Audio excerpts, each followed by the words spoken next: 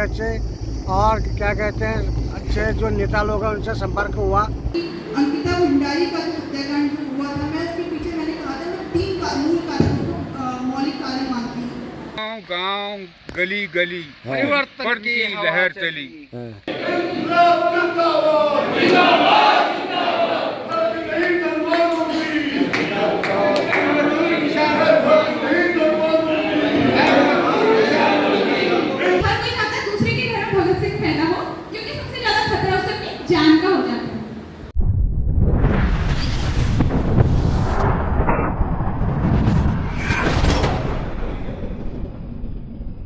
राम राम दगड़ियों और केरी हालचाल सब लोग ठीक ठाक होंगे ना। तो आज सुबह सुबह का टाइम है, तो एक नई वीडियो के साथ आपको लेके चल रहा हूँ। तो वीडियो कुछ ऐसी है कि कहीं जा रहे हैं हम घूमने, तो रामनगर एक्चुअली किसी अपने ताऊ जी के साथ जा रहा हूँ मैं। तो मैंने कहा एक छोटा सा कंटेंट बना दूँ और आपको भी ले चलते हैं और कुछ नई चीज़ दिखा देंगे आपको।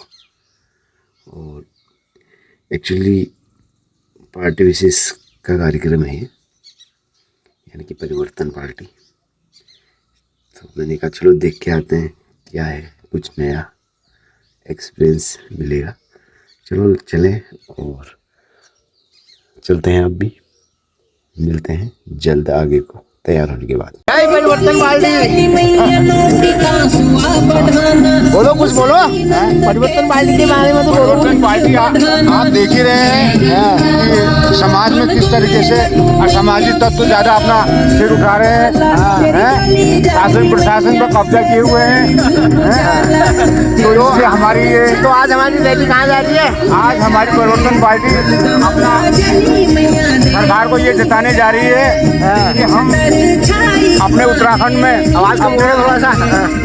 अपने उत्तराखंड में अपने मौलिक अधिकारों के लिए जो लड़ाइयाँ लड़ रहे हैं, गरीब शोषित और जो है वंचित वर्ग के लोगों को न यहाँ पर रोजगार मिलता है और न ही उनके कोई सामाजिक न्याय मिल पाता है।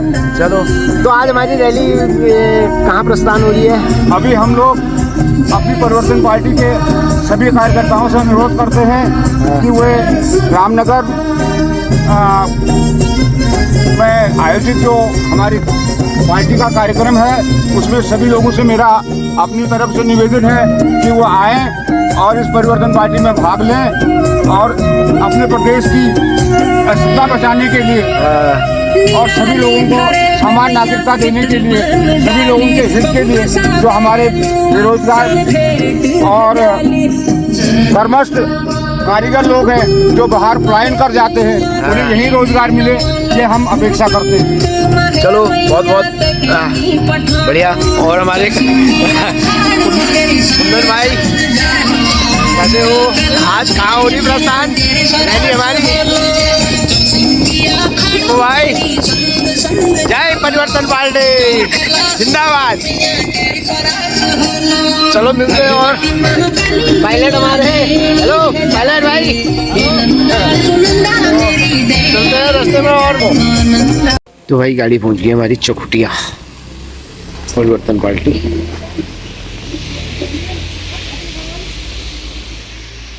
तो ये है चौखुटिया मार्केट।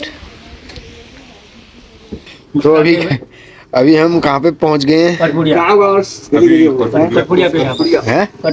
कटपुड़िया चीना नहीं, कटपुड़िया चीना ही है। अच्छा अच्छा अच्छा अच्छा। चलो ठीक है, अभी हमारा हो रहा है अभी चाय नाश्ता और उसके बाद चलते हैं, फिर मिलते हैं आगे। भाई आगे अभी सुनी बिनसर के पास और यहाँ से बतरोज खान से जाएंगे रामनगर। थोड़ा फ्रेश हो गए थे यहाँ पे, तो ये रुकी अपनी गाड़ी।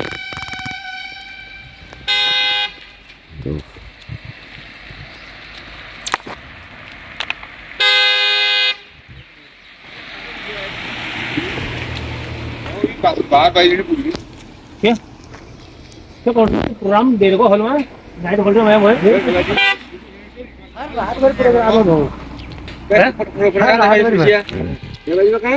कर रहा तू? वीडियो बनाओ, वीडियो करेगा कुछ ना कुछ। रामनगर का काम है। दिक्कत रहा रही है, दिक्कत रहा रही है, दिक्कत क्यों दिक्कत आ रही है तुम्हें? 30 किलोमीटर तो 30 किलोमीटर 30 किलोमीटर तो होगा। पत्रोस कान छू यहाँ पे 20-22 किलोमीटर है ना, पिछाड़ी बची 20-22। 29 किलोमीटर से वहाँ पे आप कम बारिश हो जाएगी अब। हाँ सही आ रहा साहब, कोई दिक्कत नहीं साहब, आराम से जाओ आप। दिक्कत क्या है कि टोटल चौथे पट्टी रोड से आप 1 घंटा लगाओ तुम। नारा लगाओ भाई साहब, लगाते हैं। लगाओ ताऊ जी लगाओ। हाँ ये सब कार्य गांव गांव गली गली परिवर्तन की लहर चली, परिवर्तन की लहर चली, गांव गांव और गली गली, परिवर्तन की लहर चली, गांव गांव और गली गली। गली गली। चलो पार्टी जिंदाबाद। जिंदाबाद जिंदाबाद।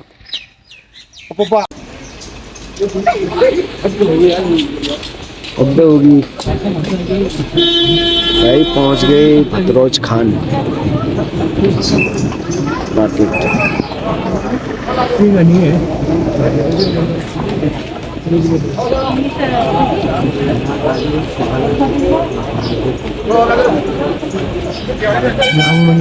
बोलो आ जाओ, इधर आओ, इधर आओ, बहुत जगह ठीक है ना, पीछे चलो लो।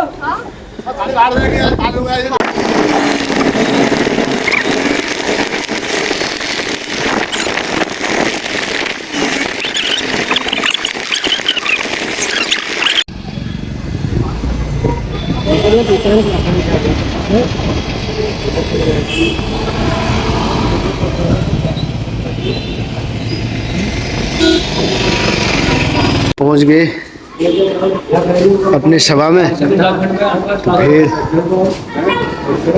पर्चा वर्चा कटा लो, पर्चा वर्चा कटाओ।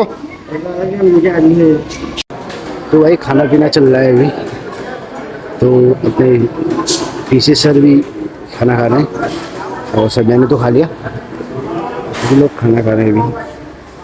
ये अग्रवाल धर्मशाला पे रामनगर। फुंदा भी खाना खा रहे हैं। कहीं पैक तो नहीं लगा रहे, कुछ समझ में नहीं आ रहा है। क्या कर रहे हो, पानी पी रहे हो या पैक लगा रहे हो? अरे यार खाना खा रहा हूँ। अच्छा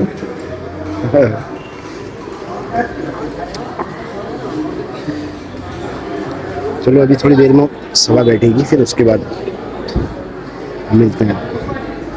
और उनसे कहा कि इसके रिपोर्ट क्या हो सकते हैं। तो हमारे साथियों ने बहुत अच्छे साथी हमारे सामने होते हैं, उनसे कई अंदर पीछे होते हैं, उनके गुडविल होती है, वो जानते हैं। तो हमको वो मिला है, उनको 18 जनवरी क्या कहते हैं खतम का वो शासन है, शासन से वन से प्रेसिडेंट को भेजा गया है, वहाँ के सेक्रेटरी ने उसको भेजा हुआ है। उसमें ये बात है तो इस हिसाब से पूरी जमीन किसी प्राइवेट कंपनी को जानी नहीं सकती, उसको नौकरी जा सकती है, नौकरी जा सकती है तमाम जगहों पर। ये एक सुबह हम लोगों ने उठाया था और इसके बारे में बात की और वहाँ से हुई। तो अब सवाल है कि एक कंपनी जो 48 साल से हमेशा प्रॉफिट है, एक कंपनी जो 500 लोगों को नियमित रोजगार देती है, एक कंपनी जो वहां के तमाम गाँव वालों को अवसर देती है कि वो अपनी जड़ी बूटियां, वो अपने गोबर, अपने समाज वहां बनाए और उससे बाजार बनवाए। एक कंपनी ये पहले रामनगर प्रधानमंत्री आज वो अधूरा है। एक कंपनी को यहाँ की आर्थिक इस दौर में बेरोजगारी का लोगों के लिए निपटने का एक बड़ा साधन था। उस कंपनी को 2018 से इन्वेस्ट करने की सरकार, हमारी योगी सरकार पहल कर रही है। करते रही लड़ाई रहे, किसान रहे, हमारे मंत्री गए, सारे लोग लगे, सारे विकसित लोग, सारे गरीब के लड़ने वाले लोग पीछे लगे कि भैया 121 करोड़ की इसको कैसे रोकेगा। आज एक मेरा मित्र वहां बोल रहा था कि 300 करोड़ की उसकी पूरी संपत्ति है, तो 300 करोड़ की संपत्ति को आप 121 करोड़ में कैसे दोगे? इसके पीछे कितना घोटाला है? जो भ्रष्टाचार बेनामी कहते हैं, और जो चुनाव के लिए खर्चा आता है सारी जगहों पर, जिससे लोगों के वोट खरीदे जा रहे हैं, वो इसलिए हो रहा है क्योंकि ये 300 करोड़ की कंपनी जिसको कह रहे हैं वो आपको 121 करोड़ में आपको कितना भ्रष्टाचार तो ये इसकी जांच होगी। इस बात की जांच होनी चाहिए, श्वेत पत्र जारी करना चाहिए, रिपोर्ट श्वेत पत्र जारी करना चाहिए हमारी क्या कहते हैं सरकार को कि ये इसको ये फैक्ट्री बनी कैसे, कौन से कागजात थे, और आज ये फैक्ट्री किस लेवल में कैसे चलेगी। तो आज हमारे लिए जब हम वहां से आ रहे थे तो वहां पर आंदोलन चल रहा था, हम जगहों के लोग कर्मचारी आंदोलन उसमें लगे हुए थे, सारे लोग थे, क्षेत्रों के लोग थे और थे, वहाँ लोग थे, तो वहाँ पर अपनी पॉलिटिकल पार्टी को 700 लोगों को समर्थन दिया, और हम लोगों ने कहा हाँ ये आपकी लड़ाई नहीं है, हम सब लोगों की लड़ाई, एक इंच जमीन पर हमारे हक है। तो सारी जमीन पर कभी रामदेव को लीज पर दे रहे हैं, कभी बड़े उनको लीज पर दे रहे हैं, बड़ौनी जी हमारे यहाँ पर बैठे हुए हैं, उनको आप देखिए कि किस तरह वहाँ के बड़े बड़े संत महंतों को जो है आप सारी जमीन दे रहे हैं, टॉर्चर कर दिया जाता है, जिनके लिए हम लड़ रहे हैं। हम लोगों ने 100 सारी जमीन अल्मोड़ा के अंदर दिल्ली का एक बड़ा अधिकारी था, उसकी पत्नी की 100 सारी जमीन सबसे पहले आज बहुत सारी जमीन काका काका हल सिंह तमाम इलाकों की जो जमीनें हैं, उन जमीनों को लेकर आर पार की लड़ाई लड़ते हुए, जेल जाते हुए, डंडे खाते हुए परिवर्तन पार्टी ने साथ बढ़ा है। और बहुत सारा आज जो सशक्त रूपांतरण की बात कर रहे हैं, तो सारा के सारे मामले में पहले हमारे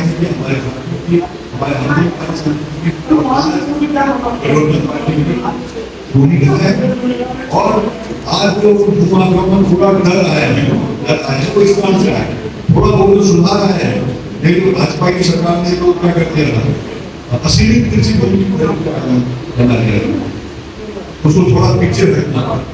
लेकिन बहुत सारे और तरीकों से हमारी जमीन में जा रहे हैं, जैसे आप देखेंगे कि फैक्स इंडिया के नाम पर हमारी जमीन में क्या व्यवस्था नहीं करी, बंदोबस्त नहीं किया, जो बंदोबस्त होना चाहिए था, जमीन बेबटवारा है, और बेबटवारा जमीनों पर लोगों का गुजारा नहीं हो सकता, लोगों को भागने को मजबूर है, मैदानों में छोटी मोटी नौकरियां करने में, स्कूल में ठेके की नौकरी करने में, पार्ट टाइम करने में, उसमें लोग फंसे हुए हैं सारे के सारे लोग।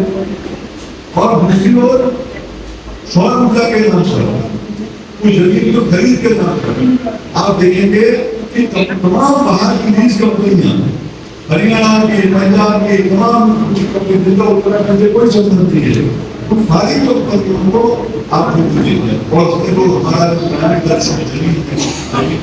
हमने बार बार कहा था कि सरकार में आपस एक वो फैक्ट्री बंद हो गई, 400 लोगों को रोजगार देती थी, वो सारा रोजगार बंद है, और होगा कैसे? और उस फैक्ट्री को चलाने के लिए हम लोगों ने लड़ा था, तो तोड़ने की बहुत बड़ी लड़ाई लड़ी थी, और हमने कहा था कि इसको मजदूर चलाएंगे। और विकास मंत्री थे वो, हमारे प्रधानमंत्री भी थे, और मंत्री थे, तो इस बात का एग्रीमेंट हो गया था कि इसके लिए वो बनाकर इसको चलाया जाए, लेकिन नहीं। तो बेरोजगारी की बहुत बड़ी समस्या है, संसाधनों का माफियाओं के हक में। अभी हमारी चाय पानी हो रहा है यहाँ पे, थोड़ा बहुत सभा हुई अंदर। और दीपू भाई, कैसा लगा तुमको हमारे संग आके, रामनगर में आके बताओ। और शर्मा रहे हैं दीपू भाई कह रहे हैं यार मैं नहीं बोलता हूँ। दीपू भाई बड़े शर्मीले टाइप के हैं। वो चाय के इंतज़ार में, जीवन जी हमारे चाय के इंतज़ार में रुके हैं, चाय आएगी, चाय की तड़प लगी है उनको। बाकी सब अपने अपने में मस्त व्यस्त हैं, अपने अपने में मस्त हैं। ये है रूम हमारा, शायद यही वाला मिलेगा या उधर उसके बगल वाला मिलेगा। और वहाँ है किचन। तो सर जी हमारे कुछ गुफ्तगू में लगे हैं हमारे ताऊजी के साथ। चलें देखते हैं आगे को कुछ और होता है तो मिलते हैं जल्द आगे की वो कोई और कार्यक्रम में, इसी कार्यक्रम में कि सुबह शाम को क्या है। तो उसके बाद बताते हैं आपको परिवर्तन पार्टी में जुड़ने के विशेष कारण। आपने कुछ लोगों के भाषण भी सुने। चलो, इस अग्रवाल सभा, रामनगर अग्रवाल धर्मशाला, तो यहाँ हमारी सभा हो रही है इस बड़े से धर्मशाला में। तो आप देखो क्या लिखा है इसमें करके।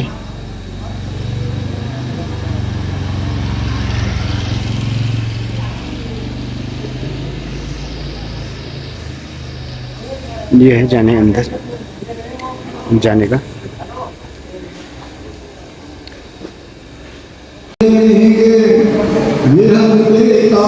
संविधान हम भारत के नौजवान, उत्तराखंड के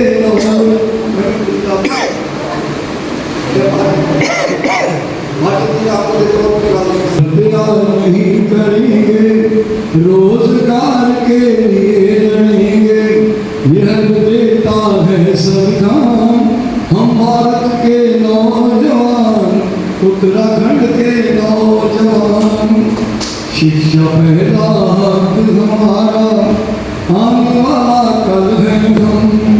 शिक्षा पहला हक हमारा, आने वाला कल है हम। सत्य न्याय के लिए लड़ेंगे, सत्य न्याय की राह चलेंगे। हर मुश्किल का हल है हम। भक्त सिंह के वारिस हैं हम, भक्त सिंह के वारिस हैं हम। मत समझो हमको नादान, हम भारत के नौजवान, उत्तराखंड के नौजवान। लाइन हमारी रेल हो तेरी, नहीं चलेगी नहीं चलेगी। लाइन हमारी रेल हो तेरी, नहीं चलेगी नहीं चलेगी। पूंजी की जहरेरा फेरी, नहीं चलेगी नहीं चलेगी। तोड़ के रख देंगे हम लोग, तोड़ के रख देंगे हम लोग तेरी पूंजी का अभिमान। हम भारत के नौजवान, उत्तराखंड के नौजवान। निजीकरण है एक बीमारी, नहीं चलेगी नहीं चलेगी। निजीकरण है एक बीमारी, नहीं चलेगी नहीं चलेगी। हर विभाग में ठेकेदारी, नहीं चलेगी नहीं चलेगी। रोजगार है हक हमारा, रोजगार है हक हमारा। हम हैं भारत की संतान, हम भारत के नौजवान, उत्तराखंड के नौजवान। एक वोट पर दे दे हमको एक रोजगार, एक रोजगार। एक वोट पर दे दे हमको एक रोजगार, एक रोजगार। वरना तेरा लोकतंत्र भी है बेकार, है बेकार। साथ लड़ेंगे हम लोगों के, साथ लड़ेंगे हम लोगों के। देश के सब मजदूर किसान, हम भारत के नौजवान, उत्तराखंड के नौजवान। विश्व गुरु है देश हमारा, माना सब कुछ चलता है। विश्व गुरु है देश हमारा, माना सब कुछ चलता है। बड़ी बिगड़ियाँ लेकर बल्ली कौन पकौड़े तलता है। बड़ी बिगड़ियाँ विश्व गुरु है देश माना सब कुछ चलता है, बड़ी बिगड़ियां लेकर बंदी कौन पकौड़े चलता है। अब तो सड़कों पर तय होगा, अब तो सड़कों पर तय होगा, क्या करेंगे नौजवान, हम भारत के नौजवान, उत्तराखंड के नौजवान। आत्महत्या नहीं करेंगे, रोजगार के लिए लड़ेंगे, ये हक देता है संविधान। हम भारत के नौजवान, उत्तराखंड के नौजवान। बंदर की गीत और कविताएं पूरे मैंने कहा दुनिया में है। नौजवानों के बारे में बात की है। हमारे बीच में बहुत सारे साथी हैं, चारों भाई हैं, बहुत अच्छे एक्सपीरियंस पत्रकार हैं, सोशल एक्टिविस्ट हैं, लेखक हैं, कवि हैं। ताजपाल जी हैं जिनको राष्ट्रीय सम्मान मिला है, बहुत काम किया है महिलाओं में, शिक्षा में, पर्यावरण के लिए, वो भी अपनी बातों को रखेंगे। तो मैं चाहूँगा सबसे पहले कुछ युवाओं को सुन लिया जाए, ठीक है। इस पूरी सवाल पे युवा क्या कहते हैं, तो मैं चाहूँगा कि अपनी बात शॉर्ट में कहें और कैसे युवाओं को जोड़ा जा सकता है, युवा किस मानसिकता में है, उनकी क्षमता कैसे हो रहा है। 5 मिनट में 6 मिनट में कहेंगे तो ज़्यादा अच्छा है। ये अल्मोड़ा के अंदर बड़ी घटना हुई थी, पूरी चर्चा में आई, लाखों लोग सुना जब ये उन्होंने अंकिता के मामले पे सवाल किया और एक आदमी लड़ने के लिए आ गया और पूरा वायरल हुआ। तो वो भी मामला है और उन पर बहुत सारे क्षेत्रों में केस दायर कर दिए गए और जो केस दायर कर दिए गए उसमें से चार्जशीट आई हाईकोर्ट में है, अल्मोड़ा में कोर्ट में है। तो मैं वो और सबसे खास बात यह है कि पिछले 10-12 साल से ये हम लोग से किसी तरह आ गई थी और जुड़ गई थी, तो आगे भी जुड़ी।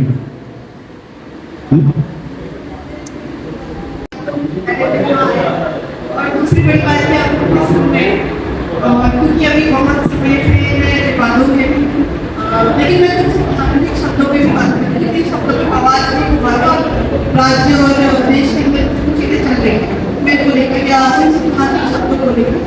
तो कम से कम एक राजनीतिक और लोकतांत्रिक पार्टी होने के नाते मैं ये सोचती हूँ हम कार्यकर्ता की वाकई कि हम सबकी भी नैतिक जिम्मेदारी है कि मैं जब 2 साल घटना हुआ लोगों ने देखा होगा कि 8 जनवरी को जब मैं रुद्रपुर से अल्मोड़ा अंकिता हत्याकांड के खिलाफ जो रैली चल रही थी उसमें मैं अपना पार्टिसिपेशन और अपना समर्थन देने के लिए मैं अल्मोड़ा पहुंची।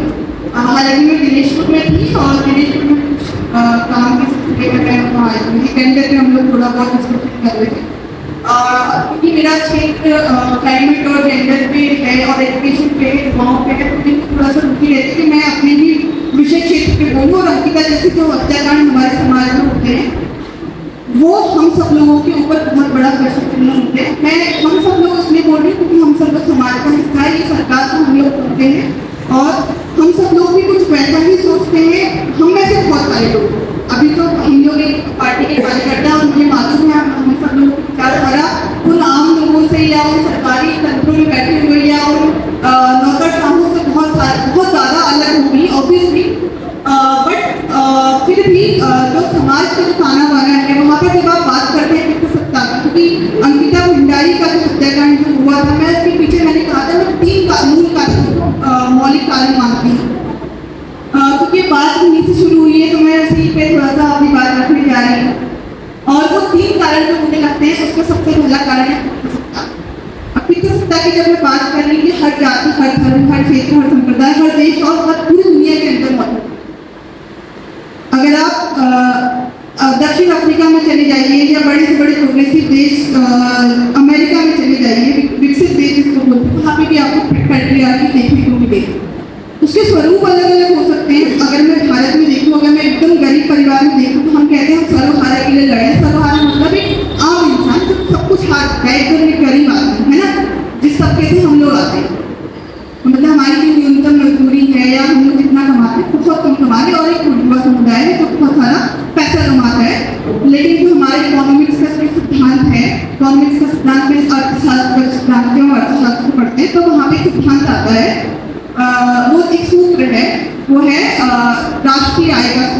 नेशनल इनकम का।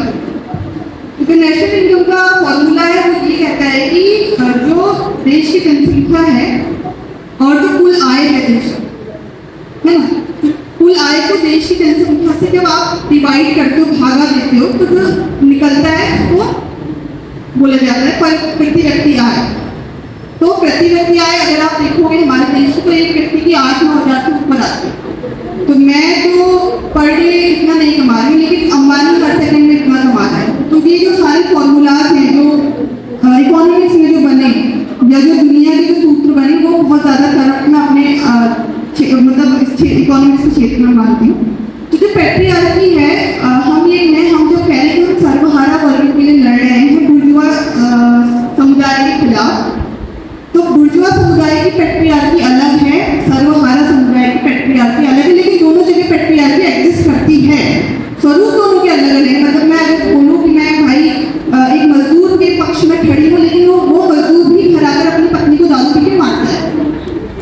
अमीरों को उस तरीके का कॉन्सेप्ट नहीं, वहाँ पे दूसरे तरीके की हिंसा है। तो मैंने ये कहा कि अमेरिका से लेकर भारत के हर कोने में ये चीज मौजूद है। तो मैं पिछले सप्ताह को अंकिता भंडारी हत्याकांड, तमाम हत्याकांड जो हमारे समाज में, चाहे वो आसिफा का गैंगरेप हो, चाहे कोई भी हो, मैं उसको मूल कारण मानती हूँ। दूसरा कारण मैंने कहा था ब्राह्मणवाद और मनुवाद। इससे बहुत लोगों को दिक्कत होगी जब ये शब्द वहाँ पर आया, क्योंकि एक सैद्धांतिक शब्द है जिसको लेकर अम्बेडकर ने भी खिलाफत की थी। अगर आप संविधान निर्माता अम्बेडकर को पढ़ेंगे या भगत सिंह को पढ़ेंगे, जिसके बारे में बहुत सारी बातें हुई है, बल्ली सिंह तिवारी ने भी भगत सिंह का जिक्र किया। अगर मुझे लगता है कि किसी ने भी भगत सिंह को पढ़ा होगा तो कोई जानता होगा भगत सिंह संप्रदायवाद, धर्मवाद की भगत सिंह की बातों में नास्तिक। अगर आप भगत सिंह को आइडियल मानते हैं तो आप इस चीज को समझेंगे, आप पढ़ेंगे। तो ये सैद्धांतिक बातों पे बात चल रही थी, एक अराजक तत्व ने वहाँ पे गड़बड़ की, और ये एक अच्छा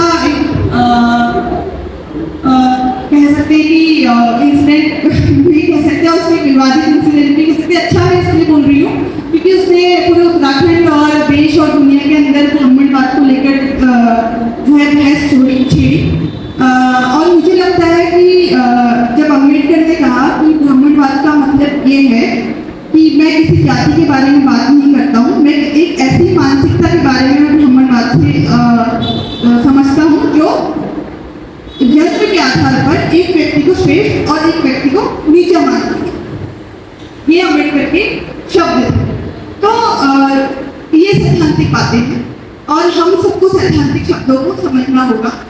हमको पितृ सत्ता को समझना होगा और हमें ये भी समझना होगा कि पितृ सत्ता एग्जिस्ट करती है और उसका विरोध भी करना होगा। और वो बातें हुई और अभी पूरे देश में बहुत सारी कंप्लेंट्स, FIR, शिकायतें मेरे नाम पे दर्ज हुई और उत्तराखंड में 5 मुकदमे मेरे खिलाफ दर्ज हुए, जिसमें से एक तो अल्मोड़ा ही है और पुरोला एक जगह उत्तरकाशी में पड़ती है, रुद्रप्रिया, छाम और थत्तियों। 5 मुकदमे मेरे नाम पे दर्ज हुए हैं और अभी हाईकोर्ट का 4 का ग्यारह पे है। और अच्छी बात ये भी है कि हमारी जो पार्टी है, जो हम बात कर रहे हैं कि हम जो है विकल्प की ओर जाए, तो पार्टी ने स्टैंड लिया था और वो स्टैंड अभी भी बरकरार है। अगर हाईकोर्ट से लेकर लोअर कोर्ट तक देखें तो उसका सपोर्ट है वहाँ पर। और एक युवा होने के नाते हम इसको इसलिए देखते हैं कि ये लड़ाई हम लोगों की अपनी है कि हम सैद्धांतिक शब्दों को मंचों पर लेकर आए। बहुत बड़ा चैलेंज होता है, लाइफ थ्रेट्स होते हैं, जान से मारने की धमकियाँ बहुत सारी मिल रही थी, कई लोग कहते हैं कि मार्केट में है, बहुत सारी चीज़ों। लेकिन हम सबकी जिम्मेदारी है कि किताबी जो शब्द हैं उनको किताबों में ना रहने दिया जाए, क्योंकि वो प्रोग्रेसिव शब्द हैं और वो जमीन पर आए। और युवा होने के नाते मैं और एक महिला होने के नाते खासकर जब मैं अंकिता भंडारी हत्याकांड का विरोध करती हूँ तो मुझे उन सारे सिस्टम्स का विरोध करना होगा, उन सारी रूढ़िवादियों का, उन सारी परंपराओं का विरोध करना होगा जिसके कारण ऐसे हत्याकांड होते हैं। और जब वो वक्तव्य हुआ, हालांकि वो पूरा होने नहीं दिया गया क्योंकि एक क्या कह सकते हैं उसको डिस्टर्बिंग एलिमेंट एक व्यक्ति वहाँ पे डिस्टर्ब करता है। तो ये सब चीज़ें जब हो रही है तो मेरी जिम्मेदारी बनती है कि मैं जो है सारी चीज़ों पे बात करूं। तो लोगों ने ये कहा कि भाई इसका तो कोई संबंध ही नहीं है, आप किसी सत्ता में बात क्यों कर रहे हो, आप मनुवाद में बात क्यों कर रहे हो, अंकिता में बात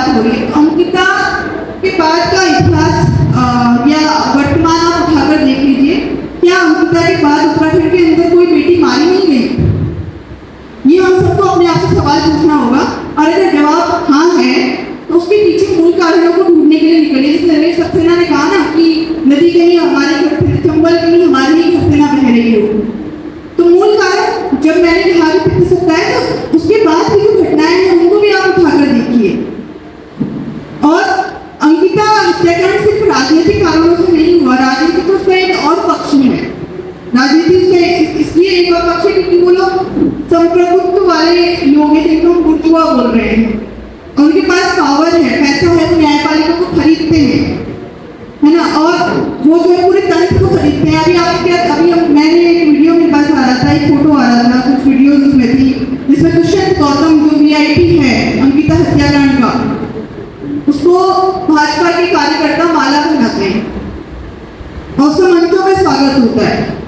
तो ये बहुत एक अपने आप में सवाल है कि हम किस समाज में रह रहे हैं और हमारे जनप्रतिनिधि कैसे हैं। मैं नेताओं को नहीं बोल रही हूँ, मैं कह रही हूँ उनको एमएलए एमपीज या जो भी जनप्रतिनिधि हैं जिनको चुना गया या जो वोट चोरी करके सत्ता में आए, तो ये लोग, इन लोगों के स्वागतों के लिए जब मालाएं खरीदी जाती हैं, मालाएं पहनाई जाती हैं, हम आसाराम के केस में भी देख रहे हैं, आसाराम को वीआईपी दर्शक के लिए जो है अयोध्या में प्रवेश दिया जाता है।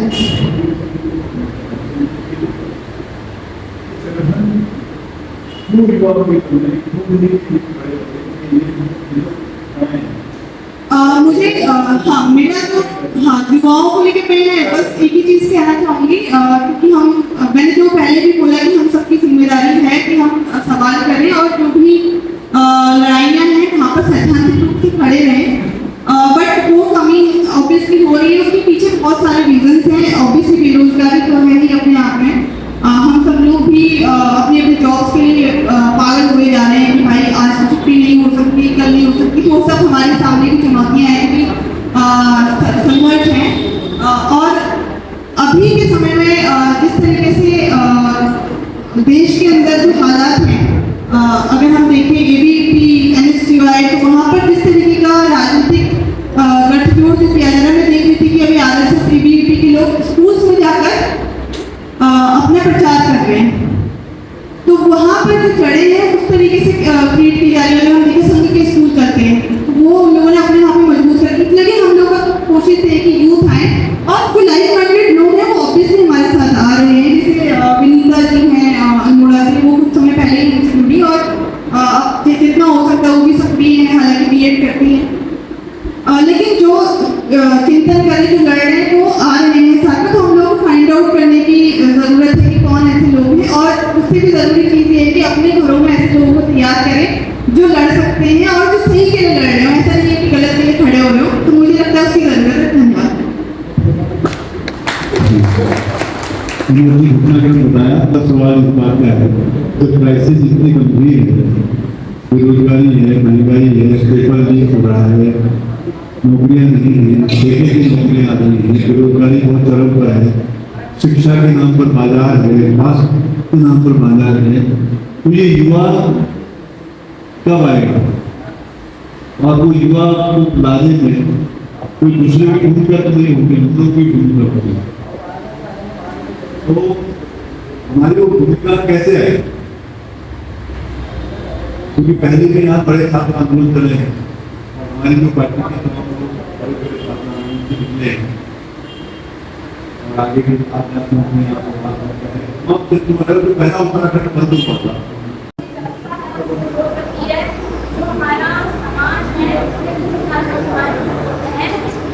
जो प्रति कविता है, कविता का शीर्षक है कि मेरा समाज इस नग्नता का आदी है।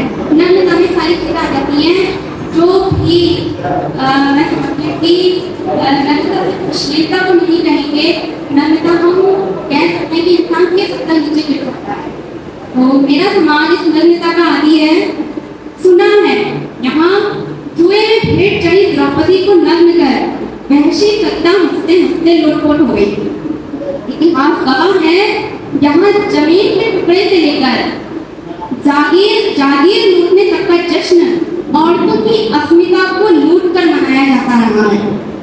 यहाँ शरीर से लेकर संपत्ति की ताकतों का प्रदर्शन करने के लिए, परिवार की इज्जत धूमिल करने के लिए, भाई की नाक काटने और पिता की पगड़ी उछालने के लिए केवल स्त्री ही नहीं बल्कि पुरुषों का अहंकार तोड़ने के लिए भी मात्र स्त्री की आबरू दाग फेंकना पर्याप्त माना गया है। यहाँ बड़े बड़े युद्धों की शुरुआत और उनकी समाप्ति औरतों को निर्वस्त्र कर उनकी नंगी लाश को नोचकर होती रही है। यहाँ जंगल बचाने निकली औरतें, आदिवासी और पहाड़ी औरतें लूट की संस्कृति द्वारा इस कदर नग्न की गई कि कभी वापस नहीं लौट सकती। यहाँ पत्थरों को कपड़ों और आभूषणों से सजाया गया और जिंदा इंसानों को डराने, धमकाने, दबाने, छुपाने और खामोश करने के लिए समय समय पर नंगा दबाने की बात होती रही है। इस समाज में सदियों से नजरें और नियत लूट और वहशियत की गिरफ्त में रही है, इसलिए यह देश अब नग्नता का आदी हो चुका है। लेकिन इतनी सारी नग्नताओं के बावजूद भी इस देश को नागवार है नंगी तलवार की वे औरतें जो चौराहे पर खड़े होकर दहाड़ रही हैं, जो डरपोक और दबू नहीं है।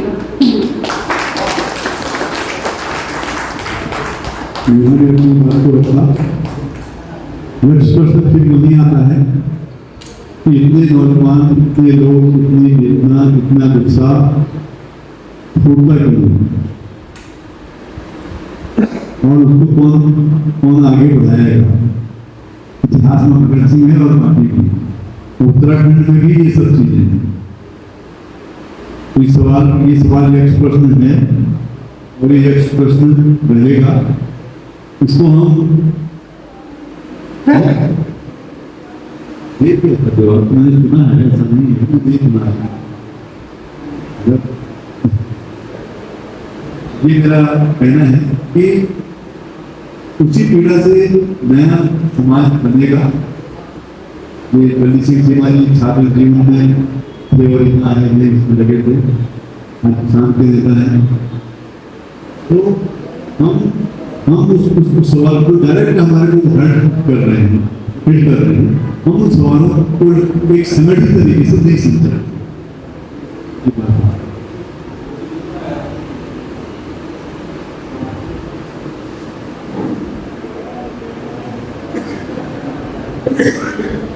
विनीता है हमारे संसदीय की और पेमेंट हो गई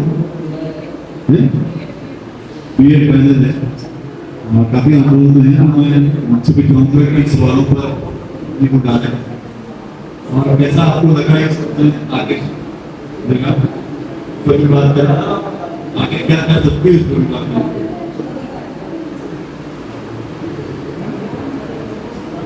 धन्यवाद। मुझे यहाँ आके काफी अच्छा लग रहा है और आप सबको देख के भी, क्योंकि मैं शादी से हूँ और सच में आप सबको देख के बहुत अच्छा लग रहा है, क्योंकि सोचते बहुत सारे लोग हैं, फिर उसके बाद घर से निकलने में बहुत सारे लोग ये कहते हैं अरे कौन नहीं जाएगा, लेकिन आप सब यहाँ आए तो इसका मतलब जुनून तो है। लिटरली आप लोग सोचते भी हैं और करते कभी रखते हैं कि हाँ भी हम करेंगे। और मैं भी बीएड कर रही हूँ, तो युवा होने के नाते, महिला होने के नाते हमारे पास रोजगार नहीं होगा तो गलत चीजों में रहेंगे और कहीं ना कहीं हम उस रास्ते पर नहीं जा पाएंगे जहाँ पर से भगत से बन सकता है। उसके लिए शिक्षा बहुत जरूरी है।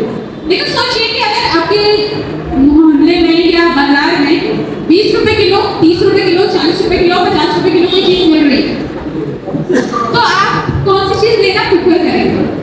हर कोई प्रेफर करेगा कि मैं अपने बच्चे के बहुत अच्छी चीज लूं।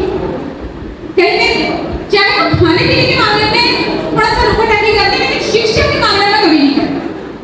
अब ये सोचिए बाजार में कोई 0 फीस में शिक्षा कर रही है, कोई 10,000 में, कोई 20,000 में, कोई 1 लाख में, तो हर कोई अपने अफोर्ड करने के हिसाब से यही देखेगा कि मेरे बच्चे को सबसे अच्छी शिक्षा मिले। तो यहाँ पर गैर तो अपने आप ही आ जा रहा है, क्योंकि एक पब्लिक स्कूल में अगर आप पढ़ाएं, किसी सरकारी स्कूल में पढ़ाएं तो आप देखो 0 फीस है, लेकिन गुणवत्ता भी तो वैसे ही है। और ये अपने आप हुई नहीं है गुणवत्ता, ये की गई है जानबूझकर, क्योंकि शिक्षा का तो पहला ही चीज है कि वो बच्चे को ना विद्रोह करना सिखाती है, ये कहना सिखाती है कि सवाल गलत है। लेकिन जैसे ही हम निजीकरण में आते हैं, निजीकरण आपने किया ही क्यों गया? कोई भी चीज के आप पैसा दे रहे हो उसके मतलब शिक्षा तो मिलेगी नहीं, कहीं ना कहीं प्रोडक्ट भी मिलेगा। तो शिक्षा को भी प्रोडक्ट बना दिया गया जानबूझकर कि हमारे युवा की रीढ़ ही बिल्कुल खत्म हो गया। और जब रीढ़ ही नहीं रहेगी तो बच्चे में कुछ नहीं, वो इंसान बनेगा कैसे? वो अपने लिए नौकरी मांगने जाता है और उसके बाद वो नौकरी उसको 10 साल तक सिर्फ मेहनत करो। अब वो मेहनत करे क्या सवाल पूछे, कैसे होगा? उसके अटेम्प्ट्स बढ़ा दिए गए, पेपर लीक करवा दिए गए। आखिर क्यों? क्या हमारी सरकार में इतना नहीं है युवा होने के नाते वो हमें नौकरी कर सके? नहीं कर सकते। रील देखिए, सीधे बोलिए कि हमारे पास नौकरी नहीं है, आप अपना निजी व्यापार चुन लीजिए। लेकिन ये भी नहीं कहा जाता क्यों? क्योंकि अगर ये कह दिया गया तो युवा विद्रोह कर देंगे, क्योंकि उनकी जो आखिरी चीज थी वो तो रोजगार ही था। उसके भरोसे ही वो सरकार के सामने कुछ नहीं बोल रहे थे। अगर वो भी नहीं रहा तो उनके पास बचा क्या? अब वो बोलेंगे और सरकार यही नहीं चाहती हमसे। और युवा होने के नाते मेरा ये भी है कि अगर आप एक महिला हैं और आप युवा हैं तो इतने तो पैसे भी आपको नहीं होते हैं। आप अगर नहीं कर पा रहे हो तो डायरेक्टली कह देते हैं अपने साथ शादी कर देते हैं। ये अपने आप में पितृसत्ता को बढ़ावा है। ये जानबूझकर सरकार कर रही है कि लड़कियां शादी करके अपने घर चली जाएं और पितृसत्ता को और भी बढ़ावा मिले। साफ सी बात है, जो सरकार ये दावा कर रही है कि हम तो महिलाओं को आरक्षण देंगे, वो अपने आप में चाहती कि महिलाओं को आरक्षण ना मिले, उनके पास अपना घर ना हो, अपनी शिक्षा ना हो, अपना रोजगार। तो एक तरफ से ये कहना और दूसरी तरफ उसको उल्टा करना। आखिर एक युवा होने के नाते अगर उसके बदले में किसी को मार दिया जा रहा है, किसी को मारने की धमकी दे दी जा रही है, तो कहीं ना कहीं युवा जो है वो डिमोटिवेट होगा कि भाई मैं क्या करूं, मेरा क्या बनता है। क्योंकि जैसे कि अभी सर ने कहा था कि हर कोई चाहता है दूसरे के घर में भगत सिंह पैदा हो, क्योंकि सबसे ज्यादा खतरा उसे अपनी जान का हो जाता है। और मुझे जान से ज्यादा विचार की बात आती है वो आती शिक्षा से ही है। और इसीलिए हमें निजीकरण का विरोध करना है, क्योंकि अगर हर एक पद में जो भी इंसान है उसका बच्चा भी पब्लिक स्कूल में जाएगा तो उसकी गुणवत्ता को कैसे नहीं सुधारेगा? अगर निजीकरण होगा तो कहीं नहीं वो 1 लाख 2 लाख का करोड़ों के स्कूल में भेजेगा, उसका क्या चाह रहा है? उसका कुछ नहीं चाहता। उसके पास पैसा है, उसके पास पावर है, वो करेगा। लेकिन अगर उनके लिए कंपल्सरी कर दिया जाए कि भाई तुम ही अपने बच्चों को पब्लिक स्कूल में पढ़ाओ, तो कैसे नहीं? इससे सबसे पहले तो युवा ही अलग अलग जो इकोनॉमिक दायरे हैं उसमें अलग अलग हो रहे हैं। दूसरी बात कि एक कॉलेज के टाइम में युवा होता है कि वो एकजुट हो, अगर उसमें भी अभी जैसे बीच में यूजीसी का आया था, उसमें क्या अगर युवाओं को ही अलग अलग कर देंगे तो कैसे होगा?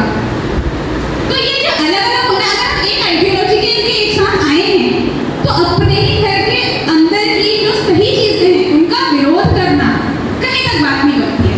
तो हम एक आइडियोलॉजी के लिए मिले हैं, किसी ने सही चीज उठाई और आप उसी का विरोध करेंगे, ऐसा नहीं होना चाहिए था।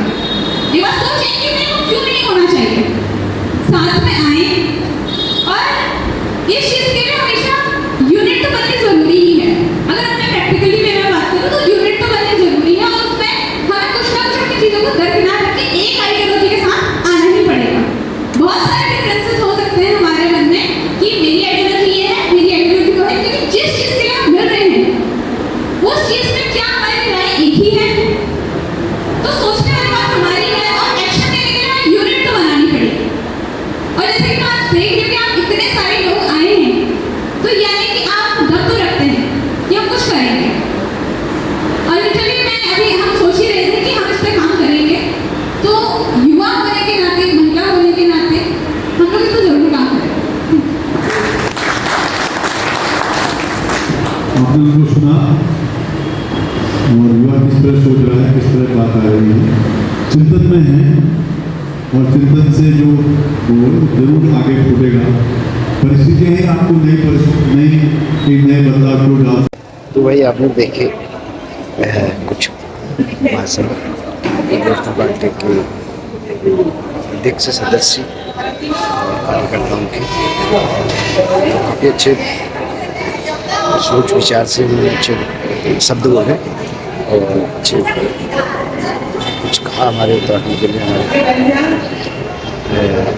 रोजगार के लिए। तो सोचनीय विषय है। तो अभी तो अब खाना खाने का टाइम हो गया है, हम बाहर आज निकल चुके हैं।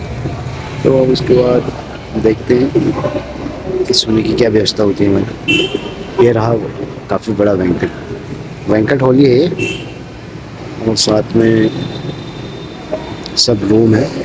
तो हम शायद उस हॉल में रहेंगे, तो खाना लगने को तैयार है। तो चलें और मिलते हैं जल्द आपको कल सुबह या खाना खा के मिलते हैं। हो सके तो हम जहाँ पे सो रहे हैं तो उसकी कुछ क्लिप दिखाऊंगा आपको साथ में, कैसे सो रहे हैं, ग्रुप में कैसे सोया जाता है।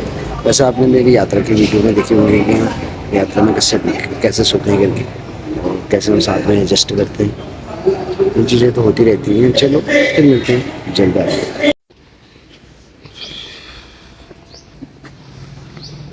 तो अभी सुबह सुबह नहा धो के हम श्री गणेश जी की दर्शन करने आ गए रूम से। रूम रहा वो सामने, तो चलें और आगे कहीं चाय पानी का देखते हैं। तो फर्स्ट क्लास नहा धो के रेडी हो गए, चलो फिर मिलते हैं आगे। राधे राधे। तो उसको कहते साहब ये गाड़ी 25 लाख की है। तब पैसा देने की बात आती है कि साहब इसमें यातायात शुल्क सड़कें इत्यादि सरकार ने बना रखी है, उसका शुल्क मिला करके लगभग 30 लाख में ये गाड़ी जाती है।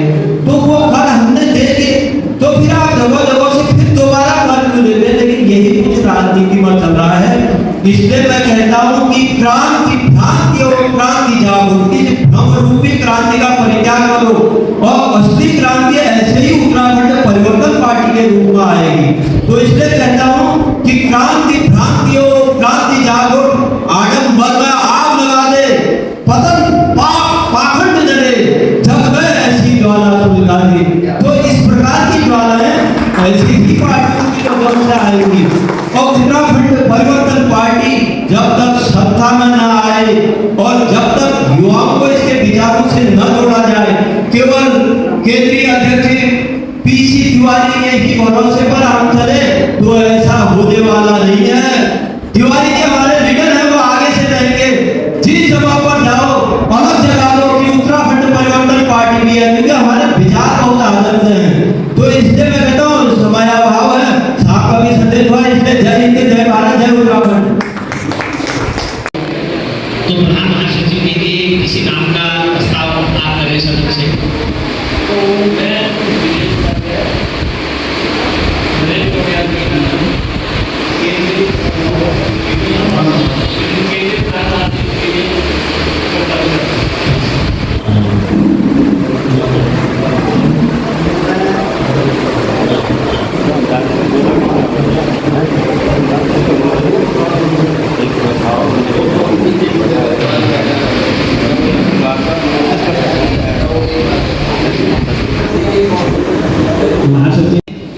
और उसका अनुमोदन योगी भगवान जी और आनंद जी ने किया है। अगर इस सदन में कोई आवश्यकता के लिए और किसी नाम का प्रस्ताव है तो आप दे सकते हैं।